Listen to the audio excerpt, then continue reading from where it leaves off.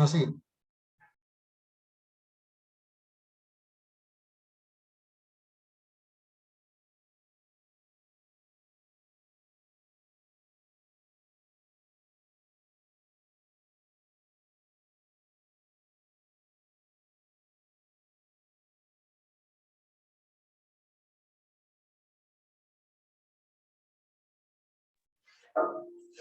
Camila, buenos días.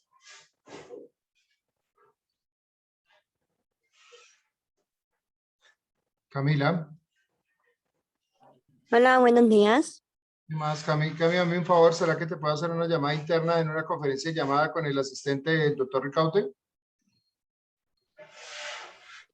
Sí, no hay ¿Sí? lío. Bueno, ya te Sí, mando. bueno.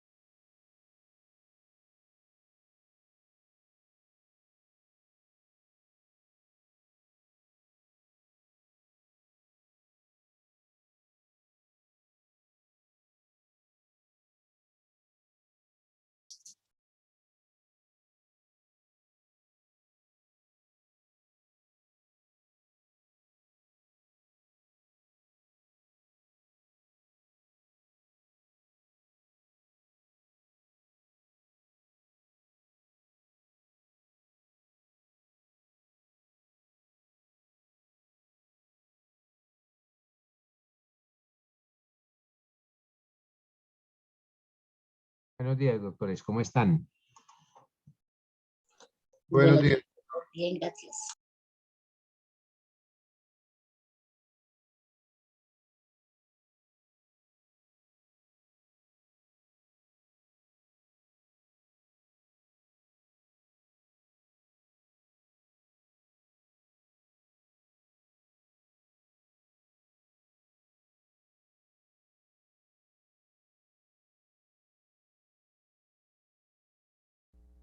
Buenos días.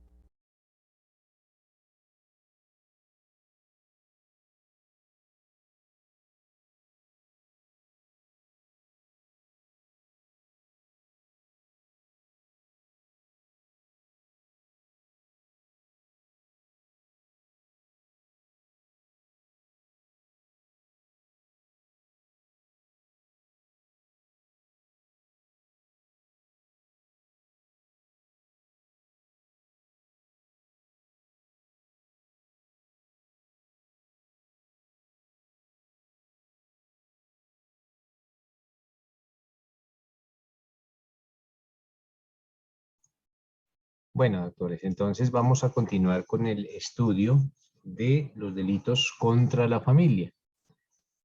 Ya vimos inicialmente el delito de violencia intrafamiliar y continuando con el orden establecido en el Código Penal, pues sigue el artículo 230 del Código Penal o 230 del Código Penal. También voy a necesitar que alguno de ustedes tenga a la mano no solo el Código Penal, algunos de ustedes también la Constitución Política, el Código Civil y el Código de Infancia y Adolescencia.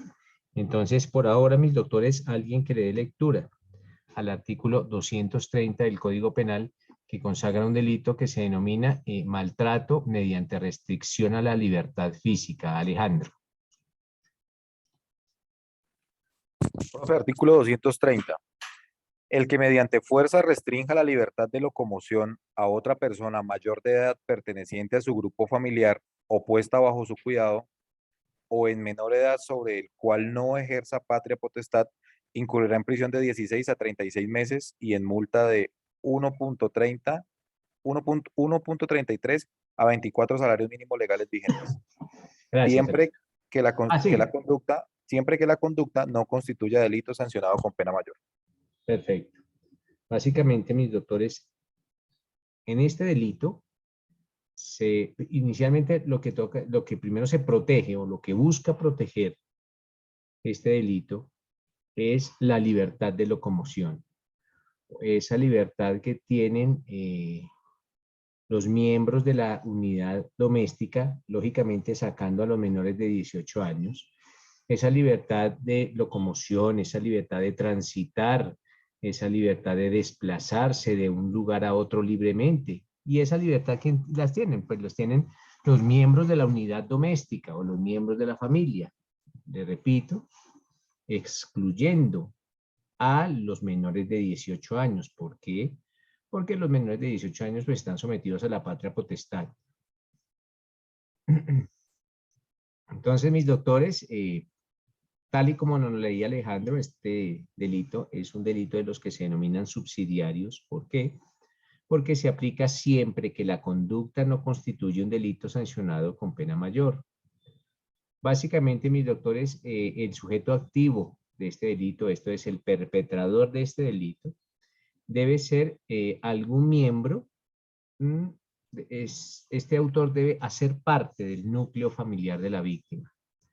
Entonces, al exigirse esta especial condición, pues podemos llegar a pregonar que es un delito con sujeto activo calificado.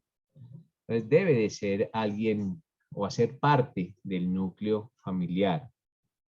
El sujeto pasivo también es un sujeto activo calificado. ¿Por qué? Porque esa persona a la cual se le va a restringir su libertad debe de ser un miembro de la unidad familiar. Lógicamente, indistintamente que se trate de un mayor de edad o un menor de 18 años, este sujeto pasivo, sobre este sujeto pasivo o sobre esta víctima, no se debe ejercer el derecho de la patria potestad.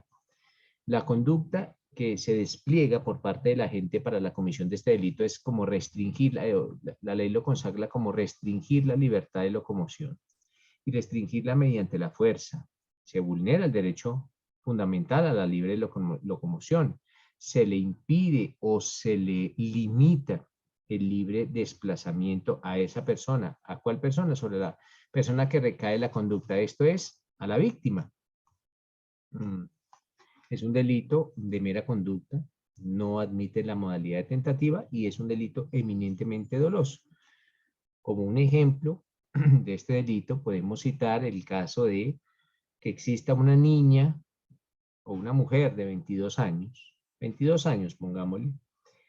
Esta niña, entonces para que existe una mujer, se llama Filomena, entonces Filomena, para que su hija de 22 años de edad no se vaya con el novio a una excursión, Filomena la encierra por 3 días en su cuarto con llave, privada de todo medio de comunicación. Y pues en virtud de eso le hace perder los tiquetes aéreos que tenía con la excursión con su novio. Básicamente estamos ante ese delito. ¿Cómo podría citarse un ejemplo? Listo, mis doctores. Artículo, nos remitimos ahora al artículo 230A, que es el ejercicio arbitrario de la custodia de hijo menor de edad. 230A. Por favor, alguien que le dé lectura al 230A. Alejandro, nuevamente, gracias. Artículo 230A. Ejercicio arbitrario de la custodia de hijo menor de edad.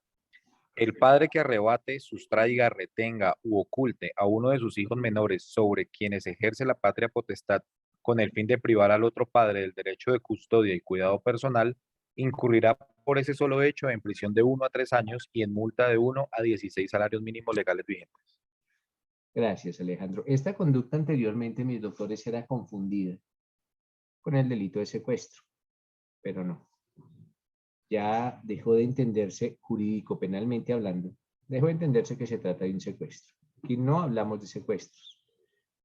Aquí hablamos de 2 progenitores, padre y madre de un menor de edad, primero que todo. Este padre o madre menor de edad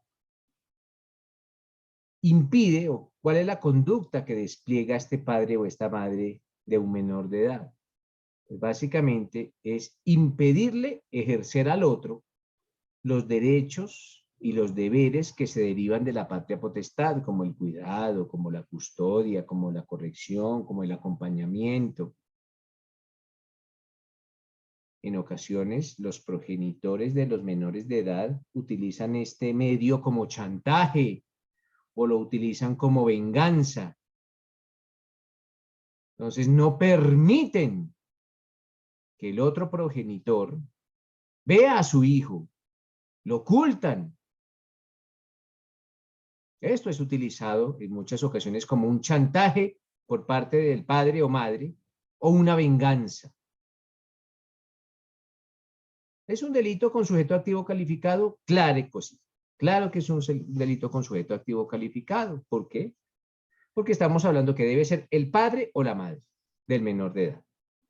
Ojo, ese padre o esa madre pueden ser biológicos o pueden ser adoptivos, pero básicamente o es el padre o es la madre.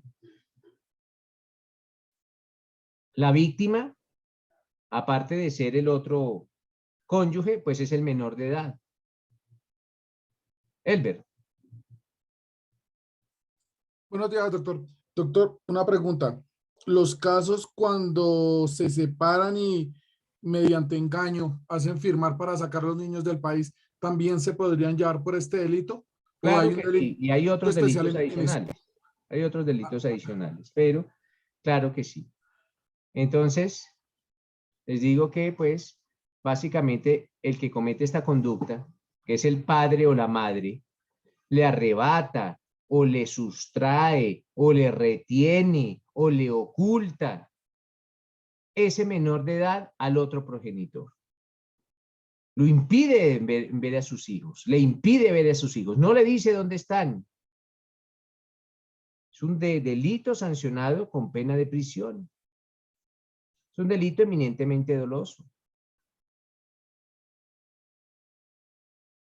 Un ejemplo, mis doctores, una pareja, tienen un niño de 5 años de edad y rompen con su relación sentimental, o con su vida, o con su matrimonio, o con su unión marital de hecho, como quieran llamarle, rompen, tienen un niño de 5 años, y la mujer, la madre de este menor, se va a otra ciudad con el niño. Y se niega a informarle al padre dónde está y cómo está. Entonces es una madre que comete ese delito. O le impide verlo. Geraldine.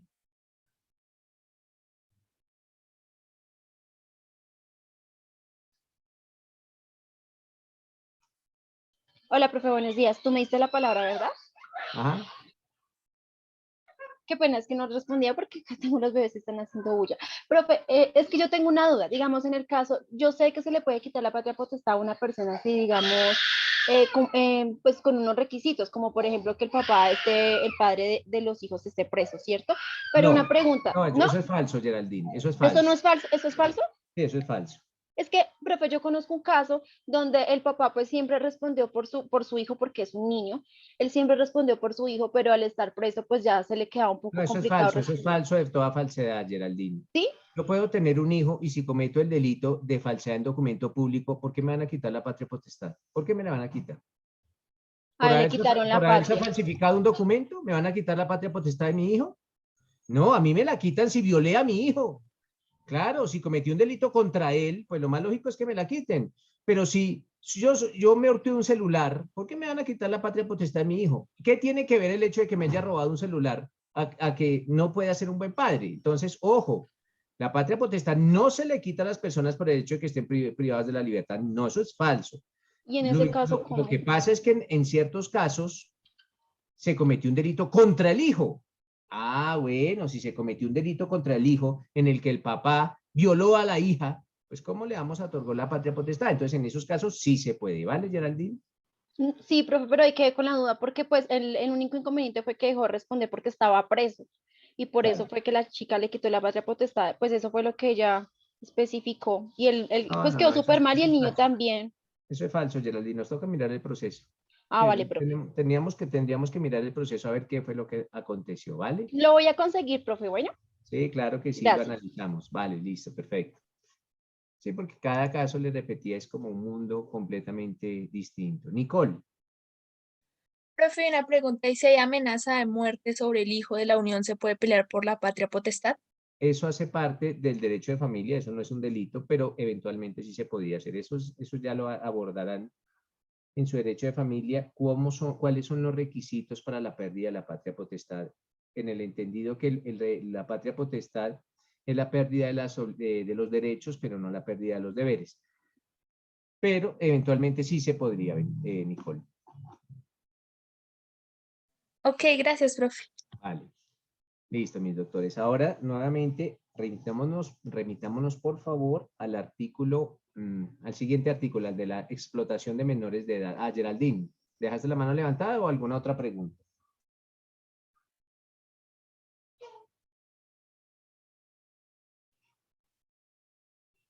Bueno, alguien que le dé lectura al artículo siguiente, al de la explotación de menores de edad.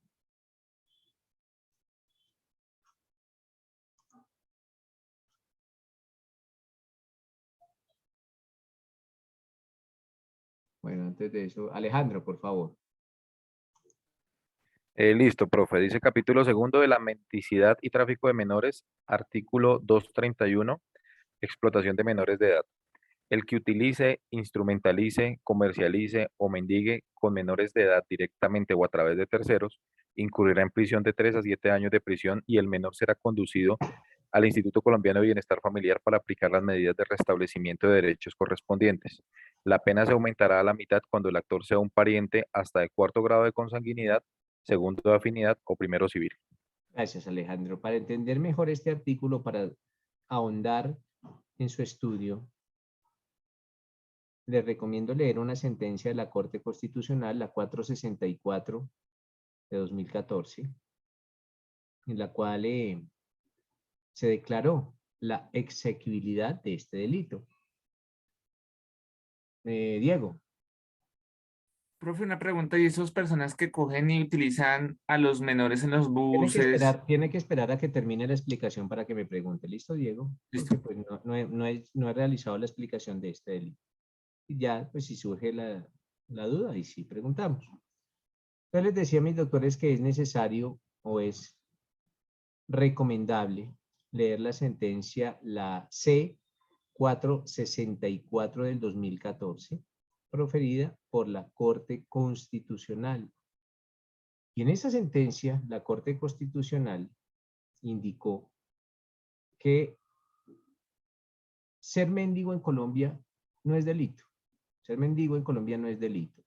El delito es utilizar a menores de edad para el ejercicio de la mendicidad.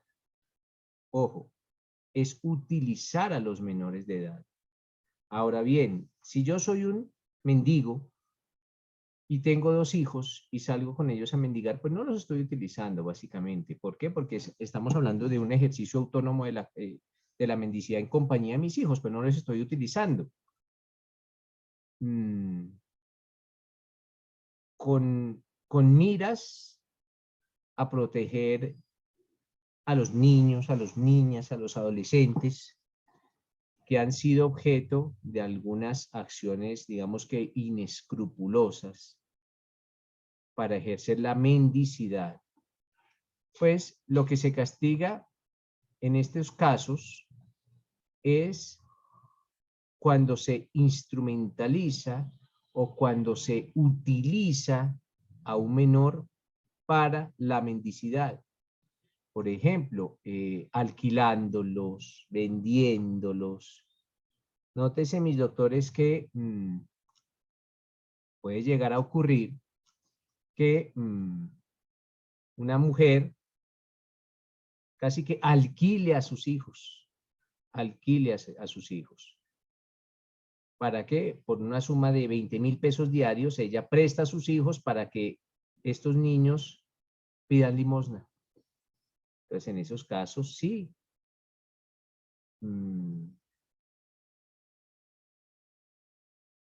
Yo puedo utilizar varios niños y decir que, entonces en este caso, yo voy a pedir dinero en Transmilenio y voy a fingir ser un desplazado y voy con varios niños que no son mis hijos, pero digo que son mis hijos y me capturan. Me investigan y se dan cuenta que yo no soy ningún desplazado y que esos niños mucho menos son mis hijos. Entonces los estoy instrumentalizando. Con base en esa anterior explicación, ahora sí, Diego, ¿alguna pregunta?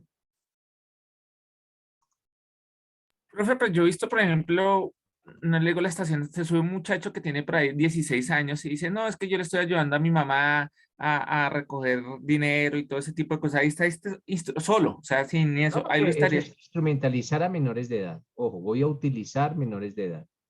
Aquí lo que voy a hacer es instrumentalizar o utilizar a menores de edad, O sea, el de 16 años es un menor de edad que está pidiendo limosna, básicamente, pero él no está instrumentalizando a nadie. Es cuando un mayor de edad, acordémonos que el Código Penal solo aplica para mayores de edad imputables. Entonces, aquí hablamos de un menor de edad, de un mayor de edad que utiliza a un menor de edad para pedir limosna. Ah, listo. O sea, y también, o sea, sería, por ejemplo, digamos en Cartagena, que uno ve extranjeros muchachas de 16, 15 años prostituyéndose. Ojo, aquí hablamos de mendicidad. Aquí no hablamos de prostitución. La prostitución es una cuestión completamente distinta a la mendicidad. Porque cuando un mayor de edad utilice a un menor de edad para cometer el delito sexuales o para la prostitución, hablamos de un proxeneta. Pero aquí hablamos es de un mayor de edad utiliza a un menor de edad para la mendicidad. ¿Vale, Diego? Para la mendicidad. Listo, profe, gracias. Vale, perfecto. Artículo 232, mis doctores, de la adopción irregular. ¿Quién lo lee? El 232. Permiso, doctor. Adopción irregular. Ajá. Al que promueva o realice la adopción del menor sin cumplir los requisitos legales correspondientes o sin la respectiva licencia del Instituto Colombiano de Bienestar Familiar para adelantar programas de adopción, o utilizando prácticas irregulares lesivas para el menor, incurrirá en prisión de 16 a 90 meses. La pena se aumentará de la mitad a las 3/4 partes cuando, primero, la conducta se realice con ánimo de lucro. Segundo, el copartícipe se aproveche de su investidura oficial o de su profesión para realizarla, caso en el cual se le impondrá, además, como pena, la pérdida del empleo o cargo público. Perfecto. Básicamente, mis doctores, tenemos que tener en cuenta para el entendimiento de este delito una figura que se denomina o se conoce como la adopción. Ojo, la adopción. Ahora bien, mis doctores, ¿en qué consiste la adopción? Pues la adopción es una institución jurídica. Eso es la adopción, una institución jurídica. Y esa institución jurídica da origen a lo que se conoce como el vínculo civil de parentesco. Acordémonos que, por ejemplo, el artículo 33 dice: nadie por estar obligado a declarar en contra de sí mismo o parientes cercanos dentro del tercer grado de consanguinidad, segundo afinidad o primero civil. Cuando hablamos de esos grados civiles de parentesco, esos grados nacen a partir de una institución.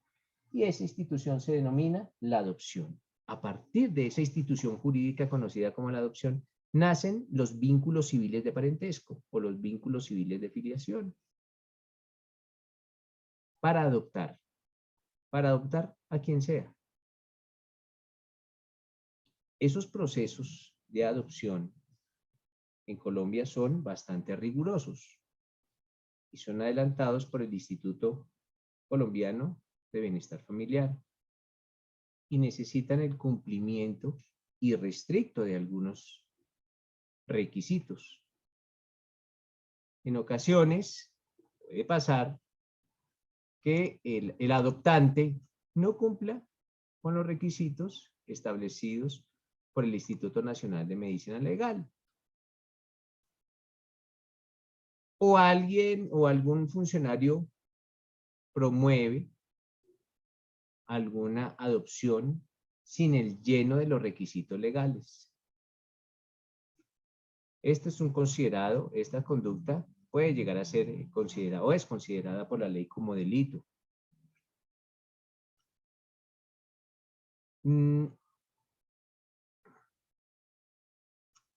Es necesario, mis lectores, que este delito lo puede cometer cualquier persona.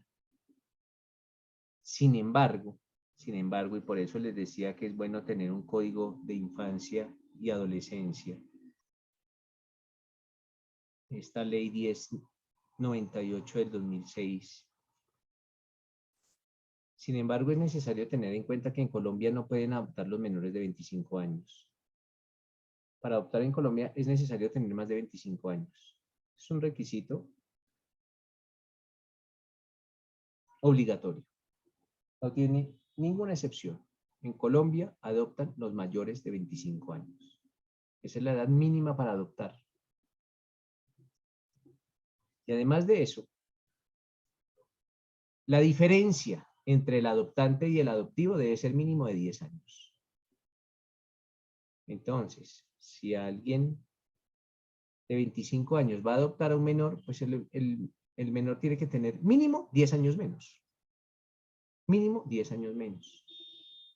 Siempre la diferencia entre el adoptante y el adoptivo será mínimo de 10 años. Mínimo de 10 años. Esto no lo digo yo, esto lo dice el Código de Infancia y Adolescencia. Básicamente por allá en su artículo 63 y 68. 63 y 68. Alguien, por favor, que se remita al 63 y al 68 del Código de la Infancia y Adolescencia. ¿Quién lo tiene en la mano? La ley 1098, artículos 63 y 68. ¿Alguien lo ha buscado? Yo, profe. Artículos, siga, Sofía, por favor. Primero las damas. Sofía, artículos 63 y 68, por favor. Procedencia de la adopción. Solo podrán adoptarse los menores de 18 años declarados en situación de adoptabilidad o aquellos cuya adopción haya sido consentida previamente por sus padres. Si el menor tuviere bienes, la adopción se hará con las formalidades exigidas para los guardadores. Y 68, ¿sí? Ujú. Requisitos para adoptar. Para adoptar, quien, siendo capaz, haya cumplido 25 años de edad, tenga al menos 15 años más que el adoptable y garantice idoneidad física, mental, moral y social suficiente para suministrar una familia adecuada y estable al niño, niña o adolescente. Estas mismas calidades se exigirán a quienes adopten conjuntamente. A quienes se adopten conjuntamente podrán adoptar.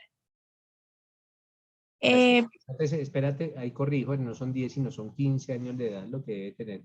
O sea, esa diferencia son 15 años más entre el adoptante y el adoptivo y 25 años como edad mínima. ¿Qué sigue, Sofía? Podrán adoptar las personas solteras, los cónyuges conjuntamente. Este fue inexequible. El guardador al pupilo o expupilo, una vez aprobadas las cuentas de su administración. El cónyuge compañero permanente al hijo del cónyuge compañero que demuestre una convivencia ininterrumpida de por lo menos 2 años. Esta norma no se aplicará en cuanto a la edad en el caso de adopción por parte del cónyuge o compañero permanente respecto al hijo de su cónyuge compañero permanente o de un pariente dentro del tercer grado de consanguinidad y segundo de afinidad.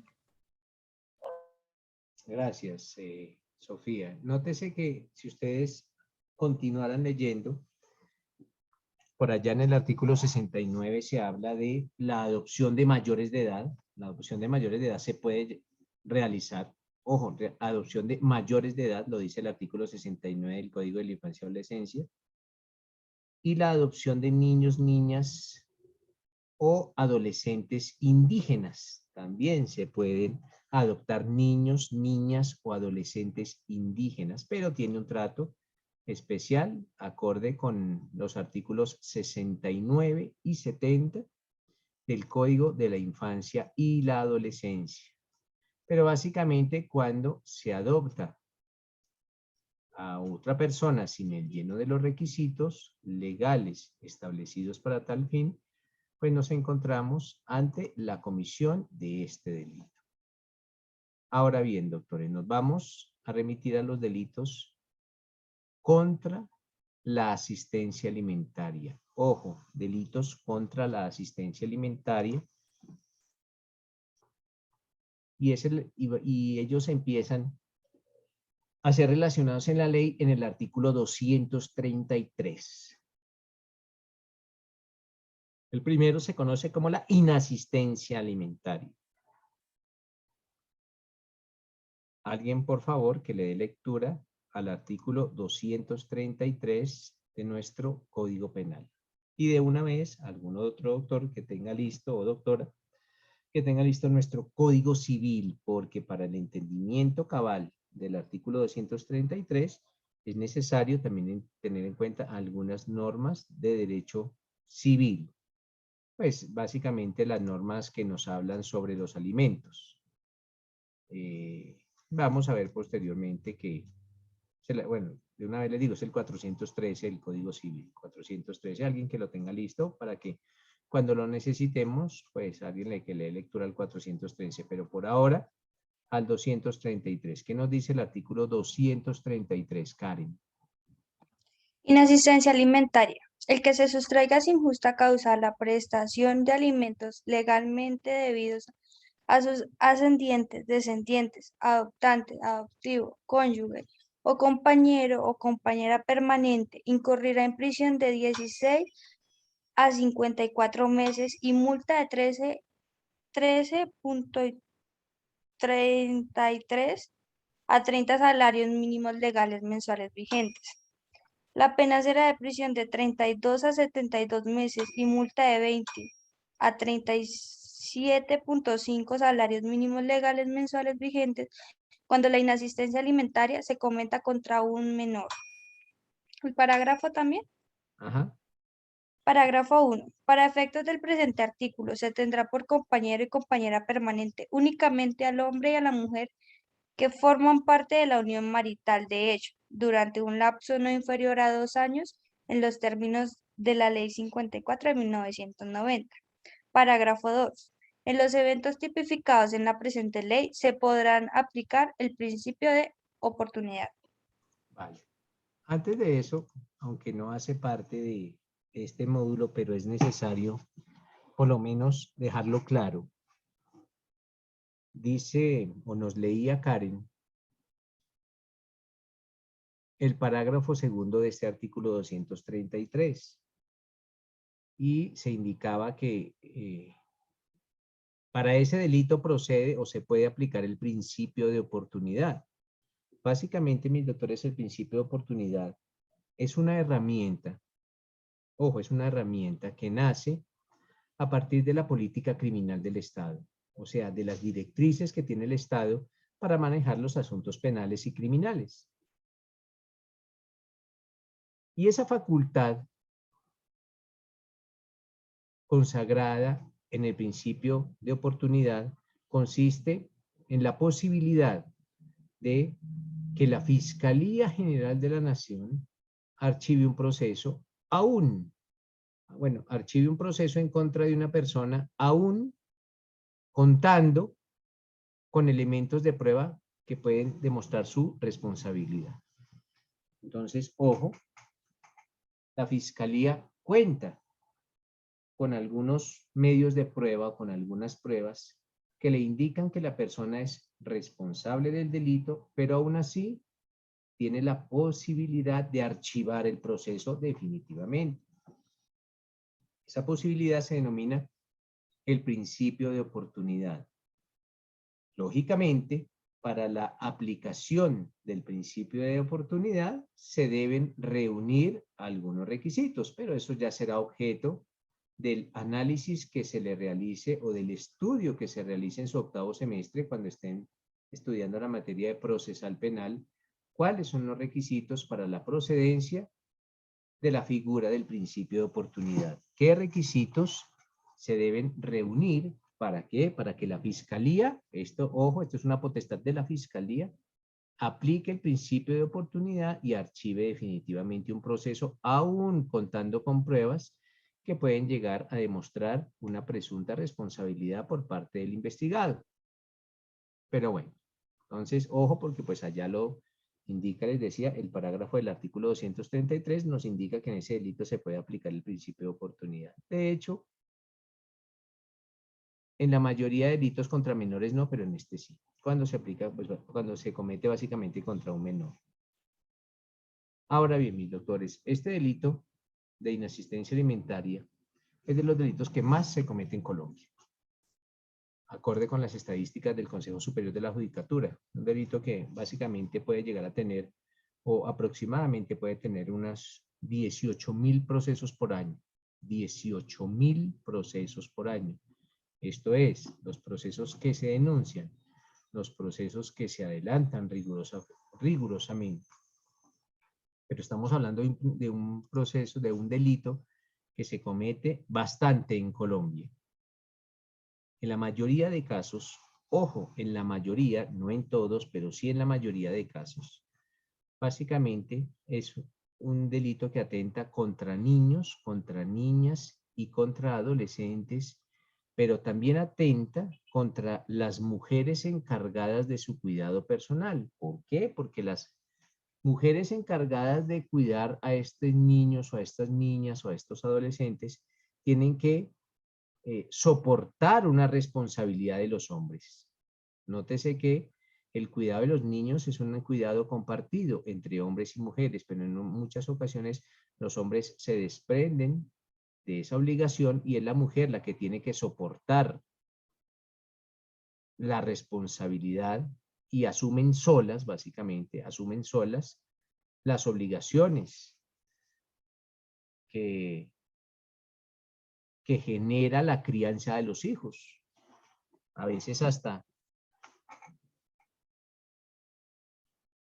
limitándose o privándose de muchas necesidades. Entonces muchas mujeres se sacrifican y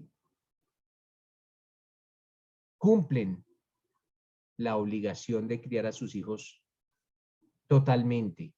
¿Por qué? Porque los hombres, estoy hablando de la mayoría de ocasiones, no en todas, se desentienden de esa obligación. Lógicamente, acordémonos, mis doctores, que la pareja que conforma una familia tiene unos derechos, pero también tiene unas obligaciones. Dentro de los derechos que consagra la Constitución, ya lo vamos a ver más adelante, para esta pareja que conforma una familia, pues está el escoger el número de hijos que va a tener. Pero una vez los han tenido, pues la pareja tiene la obligación, ojo, la obligación de sostener a esos hijos, de educar a esos hijos, lógicamente mientras los hijos sean menores de edad. Alguien, por favor, que lea el artículo 42 de la Constitución Política. Es ahí donde vamos a remitirnos ya a la misma Constitución Política en su artículo 42. ¿Qué nos dice el 42 de la Constitución, Geraldine? Ya, profe, ya te digo. El artículo 42 de la Constitución dice: la familia es el núcleo fundamental de la sociedad. Se constituye por vínculos naturales o jurídicos, por la decisión libre de un hombre y una mujer que contraen matrimonio o por la voluntad responsable de conformarla. La ley podrá determinar el patrimonio familiar inalienable e inembargable. Sigue. ¿Es algo más, profe? Yo solamente encuentro eso en el artículo. Sigue. Ese artículo es más amplio. Vale, espérame, lo que uno es. Ya, dice: la honra, la dignidad y la intimidad de la familia son inviolables. Las relaciones familiares se basan en la igualdad de derechos y deberes de la pareja y en el respeto recíproco entre todos sus integrantes. Cualquier forma de violencia en la familia se considera destructiva de su armonía y unidad y será sancionada conforme a la ley. Los hijos habidos en el matrimonio o fuera de él, adoptados o procreados naturalmente o con asistencia científica, tienen iguales derechos y deberes. La ley reglamentará la progenitura responsable. La pareja tiene derecho a decidir libre y responsablemente el número de sus hijos y deberá sostenerlos y educarlos mientras sean menores o impedidos. Hasta ahí, Ahí. gracias. Sí, hasta ahí. Entonces, nótese que es la misma Constitución Política la que exige que la pareja debe mantener a los hijos, dice, mientras sean menores o discapacitados. Pero asimismo es un deber sostener a los hijos, educar a los hijos. Aparte de eso, mis doctores, existen obligaciones de dar alimentos. Obligación de dar alimentos. ¿Y a quién se está obligado a dar alimentos? Pues esas obligaciones se extienden a los ascendientes, a los descendientes. Ojo, no estoy hablando de los padres ni los hijos, estoy hablando de los ascendientes y de los descendientes. Hablo de ascendientes, hago alusión a padres, abuelos, bisabuelos, tatarabuelos. Y cuando hablo de descendientes, hablo de hijos, nietos, bisnietos, tataranietos. A ellos se les debe alimentos siempre y cuando los necesiten, siempre y cuando los requieran. Pero la obligación de dar alimentos, les repito, se extiende tanto a los ascendientes como a los descendientes. No importa que sean biológicos o no importa que sean adoptivos. También la obligación de dar alimentos se extiende a los cónyuges, a los compañeros permanentes. ¿Por qué? Porque acordémonos que se aplica el principio de solidaridad, el principio de socorro, el principio de ayuda mutua que debe existir al interior de una familia. Asimismo, los alimentos no solo constituyen en estos elementos para saciar el hambre, no. Los alimentos incluyen la salud, la educación, el vestuario, la vivienda, la recreación y todos estos elementos que sean necesarios para una subsistencia digna de una persona. ¿Alguien tiene a la mano el artículo 413 del Código Civil? Repito, 413 del Código Civil. Yo lo tengo, doctor. Elber, ¿qué nos dice ese 413? Dice, artículo 413. Clase de alimentos. Los alimentos se dividen en congruos y necesarios. Congruos son los que habilitan el alimentado,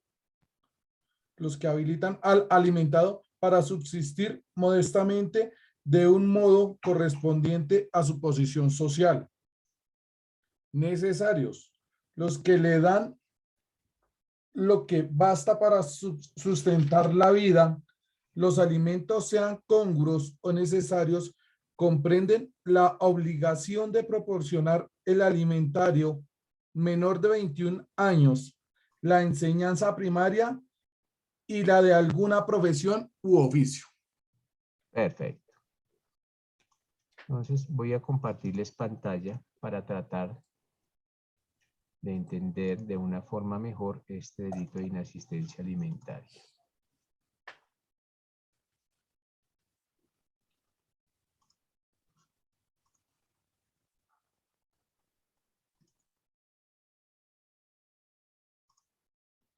¿Ya tienen la pantalla compartida? Sí, doctor, ya se está profe. leyendo. Sí, señor. Sí, sí, señor. Entonces aquí dice inasistencia alimentaria. Ya saben que estamos hablando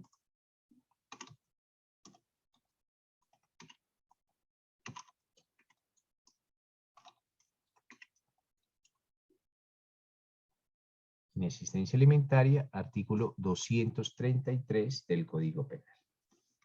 Bueno, mis doctores, para entender perfectamente este delito es necesario partir del siguiente presupuesto. Es un delito de conducta permanente, así se denomina, delito de conducta permanente. Y coloco la definición, es el delito que se comete con el transcurrir del tiempo, mientras el obligado se sustraiga de su obligación alimenticia, cometerá el delito. Miren, existen dos clases de delitos y lo veíamos en el módulo pasado, conductas de conducta permanente y conductas de ejecución instantánea. Y hablábamos que los delitos de conducta permanente se cometen a lo largo del tiempo. Por ejemplo, el secuestro. El secuestro de una persona no se comete cuando la persona se le priva de la libertad y se oculta, no más. No, en ese preciso momento no. Simplemente empieza, ojo, empieza a cometerse cuando la persona se le sustrae, se le arrebata, se le priva de su libertad y se oculta con el fin de exigir algún provecho económico o alguna otra clase de provecho.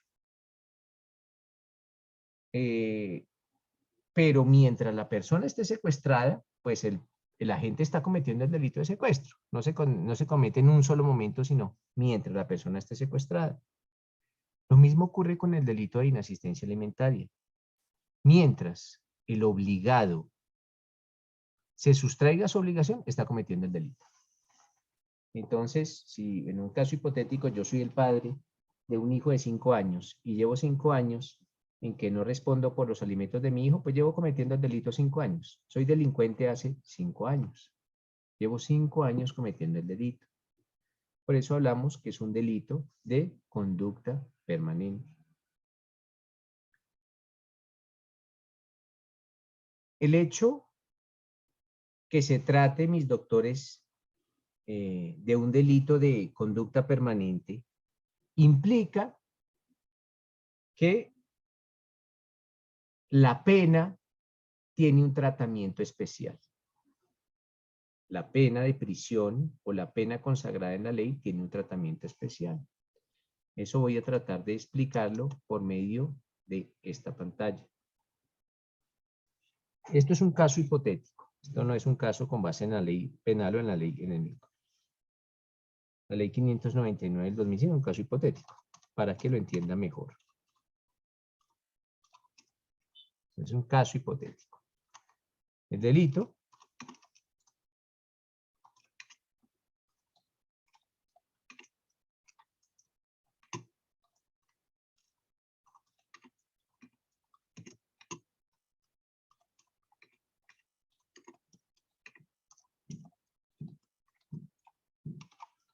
es un caso ficticio.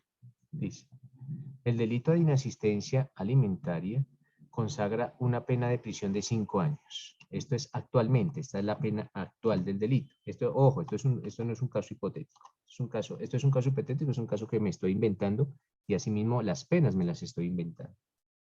Pero es para que entendamos el manejo que se le da con respecto a la pena en los delitos de conducta permanente.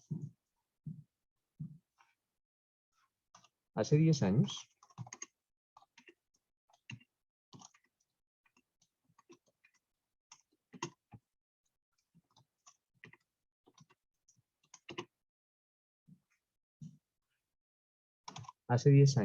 la pena para el delito de inasistencia alimentaria era de 1 año de prisión. Entonces, ojo, hace 10 años era de 1 año de prisión. Y hoy es de 5, en este caso hipotético. Ahora bien, en el caso 1, Pedro Pérez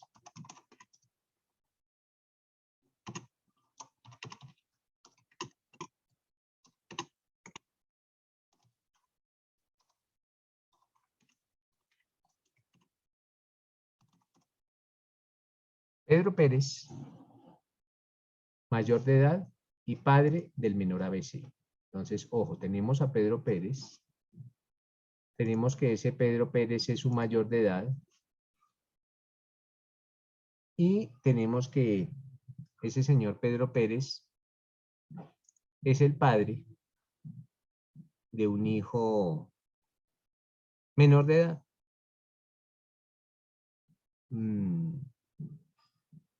El hijo se denomina, bueno, el hijo tiene su nombre, pero le vamos a denominar ABC. La pregunta es, ¿por qué le vamos a denominar ABC a ese menor de edad?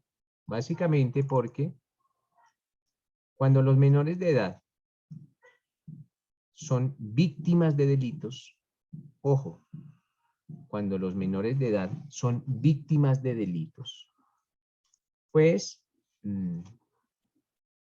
los jueces deben omitir citar los nombres de esos menores.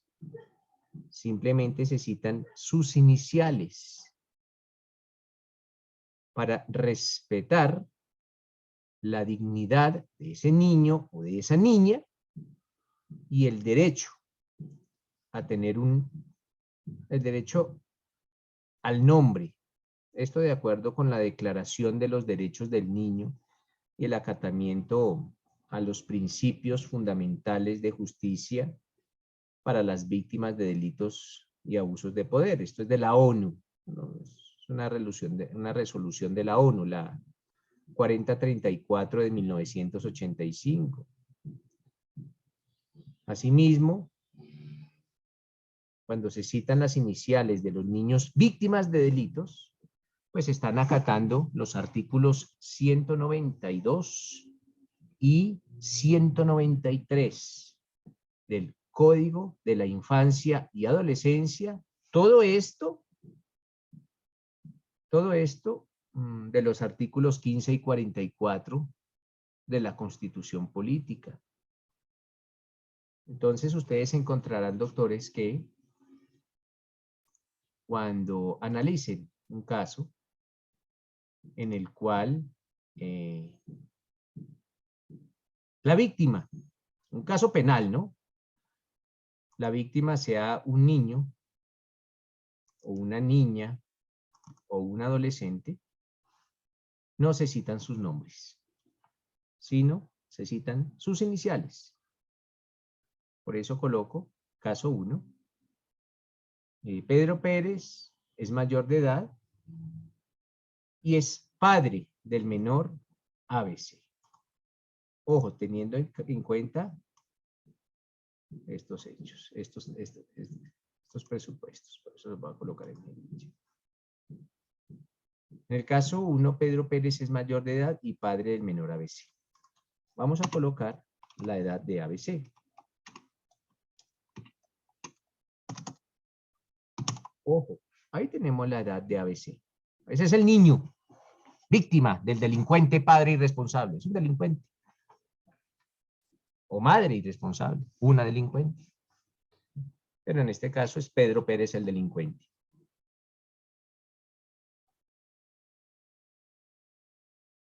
Punto aparte, o punto seguido aquí. Se ha sustraído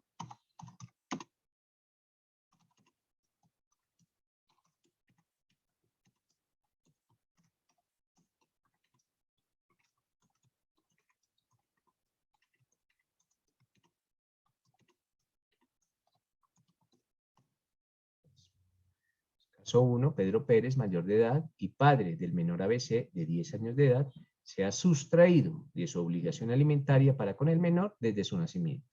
Esto quiere decir, doctores, que este señor Pedro Pérez lleva cometiendo el delito 10 años. ¿Qué es la edad del menor? 10 años lleva cometiendo el delito. Desde que nació hasta el día de hoy, en que ese menor lleva 10 años. Pedro Pérez es un delincuente hace 10 años. Está cometiendo un delito desde hace 10 años. ¿Cuál es de inasistencia alimentaria?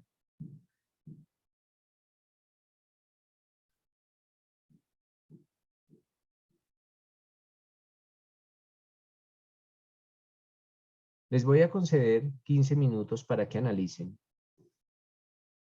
la siguiente pregunta. En caso de ser, vamos a hacer más técnicamente.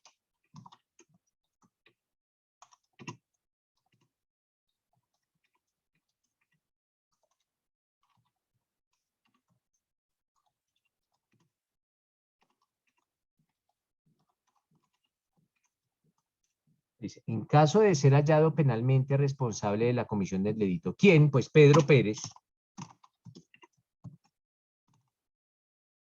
Ya sabemos qué hizo Pedro Pérez. Pedro Pérez se ha sustraído de su obligación alimentaria para con el menor ABC desde hace 10 años. Entonces, en caso de ser hallado penalmente responsable de la comisión del delito, ya sabemos que estamos hablando de Pedro Pérez. Esta es la pregunta.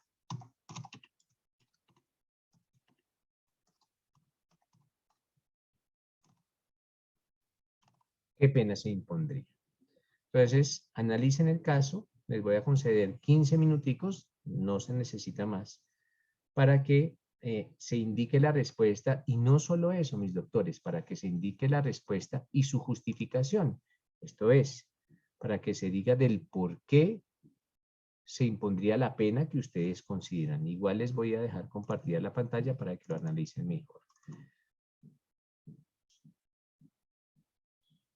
Espérenme un momento. Entonces, en 15 minutos, las personas que tengan una respuesta me levantan la mano, y si no, lo hago con base en la lista. Ya nos vemos en 15 minutos, doctores.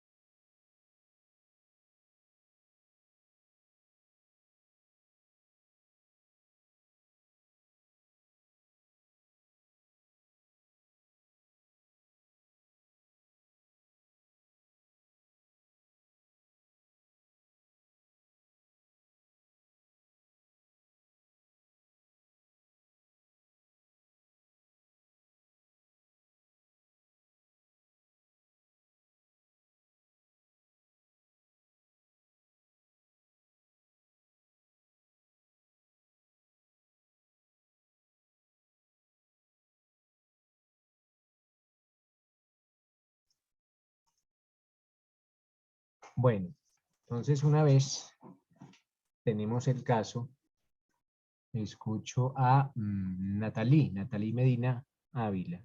¿Qué nos dices, Natalie? Buenos días, profe. ¿Me Buenos días. escucha? Ajá, perfectamente. Bueno, pues yo le pondría la pena de 1 año por el trato Ajá. de favorabilidad, porque hay que tener en cuenta de que usted nos había comentado en el módulo pasado que se le aplica, o sea, que se le podría aplicar la ley de cuando se cometió el delito, y aunque se ha venido cometiendo con el tiempo, pues yo creo que le podrían aplicar la de 1 año porque es la que más le favorece. Así se considere justa o no, es la que más le favorece. Vale, gracias, Natalie. ¿Qué nos dice María Camila Cristancho?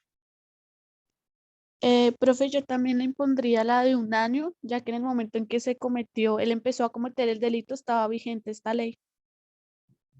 Listo. Kevin. Doctor, yo también estaba en duda con el principio de favorabilidad. Sin embargo, el inicio de la perpetración del delito se da hace 10 años, pero termina en este momento. Entonces, como el delito termina en este momento, creo que no aplicaría el principio de favorabilidad. Listo. José Humberto. Buenos días, profe, ¿cómo está? Yo creería que se aplicaría un concurso homogéneo, simultáneo, ¿cierto? Y repetido en el tiempo también. Entonces, pues de pronto, tal vez unos que casi 6 años, Espéreme, todo dependiendo de... espéreme, José. A ver, ¿por qué un Señor. concurso? ¿Es un concurso de delitos o un concurso de personas? De personas. O sea que aquí hay autores, coautores, cómplices, determinadores. Ojo, porque el concurso de personas, José, es cuando hay coautores o cómplices. Aquí solo hay un autor, es Pedro Pérez. Listo, profe. Entonces, ¿es un concurso de qué, José? De delitos. Bueno, Porque entonces, ¿significa eso, hombre José, que este señor cometió varios delitos? el mismo delito repetido varias veces en el tiempo. El mismo delito repetido varias veces. Entonces, José, hasta donde le entiendo, entonces cometió varias veces el delito de inasistencia alimentaria, ¿cierto? Sí, señor. ¿Cuántas veces? Pues creería que... Ojo, ojo, porque usted como juez no puede creer. ¿Cuántas veces cometió el delito de inasistencia? Este señor Pedro Pérez, según esa hipótesis, cometió varias veces el mismo delito, el de inasistencia. Sí, señor. Y yo le pregunto, ¿cuántas veces? Y eso es necesario tenerlo en cuenta para la dosificación. Entonces, ¿cuántas veces cometió el delito de inasistencia? ¿10? No 10, sino 20, muchas más. 20. Casi O sea, ¿cada cuánto 120 cometía el veces. delito? ¿Cada día? Creía que como este auxilio alimentario, de auxilio no, sino los alimentos se tienen que pagar cada mes. Cada mes. Entonces O lo sea que incumple. 120 delitos cometió. Porque son 10 años por 12, son 120. Son 120 meses. O sea que el señor cometió 120 veces el delito de inasistencia alimentaria. Sí, señor. Bueno, sí ve que nos resulta lógico. Sí ve, hombre José, que ya cuando empezamos a analizarlo de esa forma, no resulta lógico.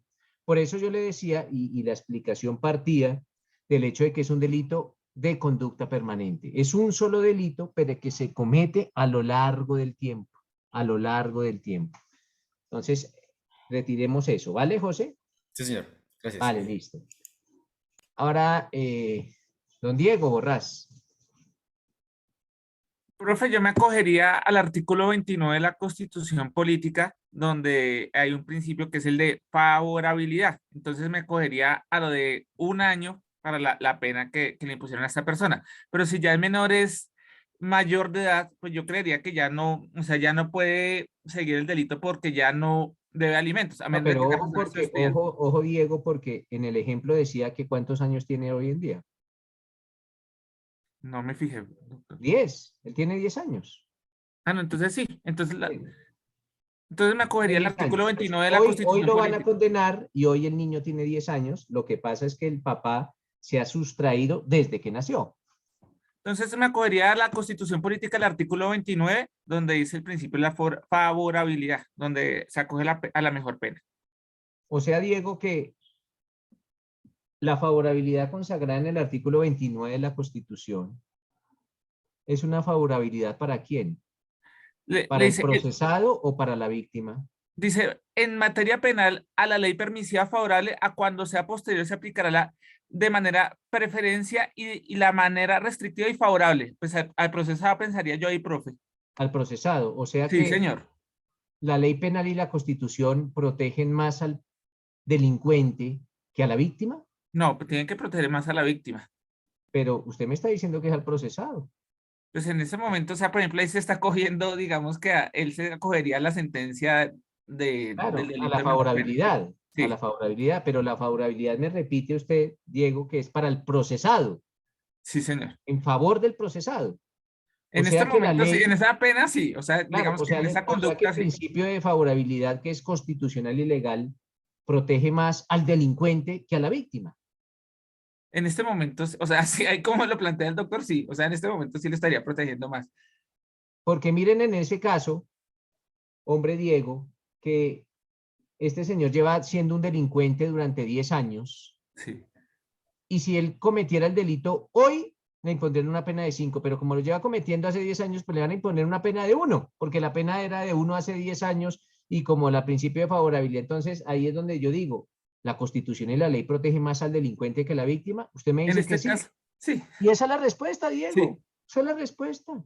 Esta ley y esta Constitución protege más a los delincuentes que a las víctimas. Nicole Tatiana. Listo. Profe, yo iba a hacer lo mismo que mis compañeros, 1 año porque él al cometer el delito, la ley vigente decía que era 1 año de prisión. Entonces, pues aplica la retroactividad de la ley por el principio de favorabilidad. O sea que también estás de acuerdo con Diego en el que la ley protege más a los delincuentes que a las víctimas. Sí, señor. Vale, listo. Estefanía.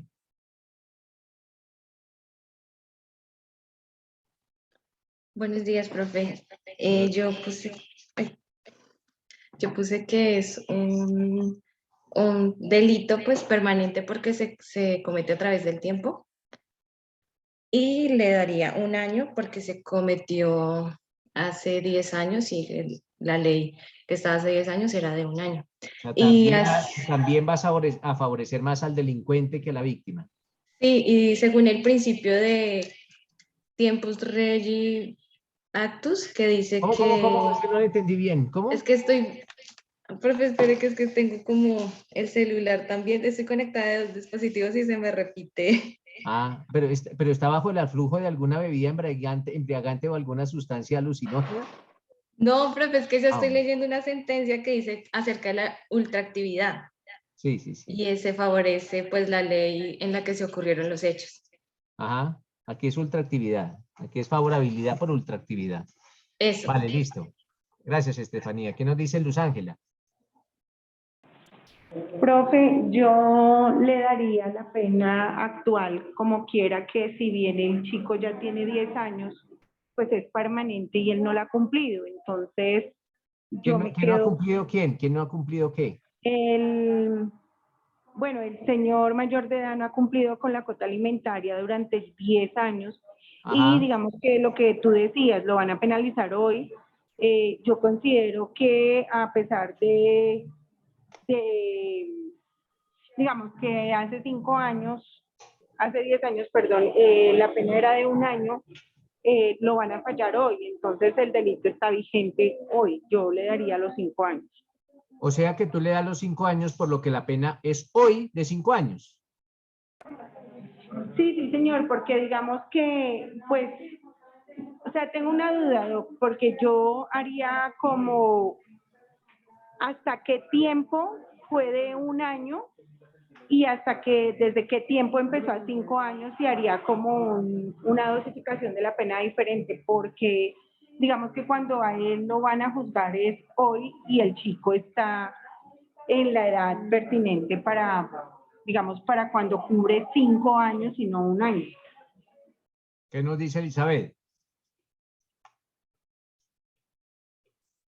Profe, respecto al caso, yo tomaría el Código Penal del año donde se cometió el delito y le aplicaría, digamos, la vigencia de la de un año, independientemente, como el profesor nos indicó una vez, el Código Penal es garantista. Nosotros tenemos que buscar siempre el beneficio del procesado, independientemente, digamos, que no haya causado ningún daño social, independientemente. Pero Bueno, si aquí se ocasionó un daño. Ese niño lleva 10 años y la mamá lleva soportando 10 años la manutención sola de lo que el papá tenía que estar obligado. Bueno, profe, independientemente, digámoslo, o sea, en Colombia puede ser 10 años, 15 años, va a ser, si él, digamos, demuestra, no tiene para pagar todo lo que le adeuda, uno de madre asumió el rol, pero digamos, a él lo pueden meter 3 años de cárcel y ya, que ocasionó el daño, pero ya no lo puede remediar, dar un dinero que al fin y al cabo no va a reparar emocionalmente al menor. Pues ¿No pienso pasa yo. lo mismo con los homicidios? Con los homicidios uno va a la Exacto. cárcel. Entonces, ¿para qué metemos a los homicidas a la cárcel si quedando por fuera, si nunca van a reparar eso porque el muerto ya quedó muerto? Y es lo mismo, pero profe, uno mete, digamos, un homicida a la cárcel, uno cree que en la cárcel ellos van a cambiar, inclusive salen peores, hasta se dañan Ajá. más. Pero hay castigo o no hay castigo. Si hay castigo, privación de su libertad, que es lo más Claro. preciado. No, aunque lo que tú dices es el deber ser. Básicamente, nosotros, o el derecho penal, lo que hace es castigar. ¿Debería la persona salir reformada o resocializada? Pero si no pasa, que la mayoría de casos no pasa, por lo menos si sale castigada, porque le restringí legalmente el derecho a la libertad durante un tiempo por delincuente, por cometer delitos. Las personas que cometen delitos son delincuentes. ¿El que mata a una persona comete un delito es un delincuente? La respuesta es sí. ¿El que se sustrae de su obligación alimentaria es un delincuente? La respuesta es sí, es un vil delincuente, igual que el que roba un celular. Y toca castigarlo por cometer delitos. Ya si repara o no los daños, o si sale peor o sale mejor, pues ya será asunto de otro análisis. Pero básicamente lo que hace el Código Penal es castigarlo por cometer un delito. Ya a veces en ocasiones puede decir reparar los daños o no lo repara o sale peor de lo que entró, pero lo cierto es que sí sale castigado, ¿cierto? Sí, señor. Claro, básicamente. Y miren, Igual, doctores, profe, te lo digo, digamos, caso propio, yo tengo una demanda de inasistencia alimentaria de 10 ¿una años. demanda o una denuncia? Es una denuncia. Fue por la fiscalía y ya hasta ahorita vamos para juicio el 1 de diciembre. Ah, bueno, Pero, ya sabe que en juicio el 1 de diciembre empieza el la han juicio.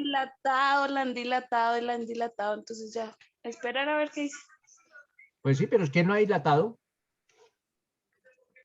¿Señor? ¿Quién lo ha dilatado? ¿Usted? El papá del niño. Para eso también hay medidas, para que no dilaten. Inclusive él está fuera del país. Bueno, pero no importa, hay medidas para que no dilaten. Hay muchas medidas para que para eso estás estudiando Derecho, para que empieces a utilizar muchas de las herramientas para, en ocasiones, evitar también que se dilaten los procesos. ¿Vale, Isabel? Listo, profe. Muchísimas gracias. Entonces, mis doctores, básicamente, en este caso, en el ejemplo que colocábamos, en este que les estoy compartiendo pantalla, en aplicación de la favorabilidad, del principio de favorabilidad, que es un principio constitucional, a esta persona se le va a imponer esta pena. Esta pena, la pena de 1 año de prisión. ¿Por qué? Porque era la vigente no es porque fuese la vigente hace 10 años, no, sino porque es la que más le favorece. Es la que más le favorece. Esta es la pena que se le impondría. ¿Por qué es la que más le favorece? Les preguntaba yo si nuestra Constitución y nuestra ley es una ley que favorece a los delincuentes por encima de la víctima, y la respuesta es sí. Sí, favorece más a los delincuentes que a las víctimas. Porque nosotros estamos inscritos en una escuela filosófica que es la del proteccionismo, el garantismo. Y sí. En ocasiones, mis doctores, se protege más al delincuente que a la víctima. Y en este caso se le impondría esa pena de 1 año de prisión. Vale, mis doctores, muchas gracias por su tiempo. Continuamos mañana y les deseo un feliz resto de día. Gracias, profe. Hasta luego. Profe, muchas Doctor, muchas gracias. gracias. Bien. Igualmente, doctor.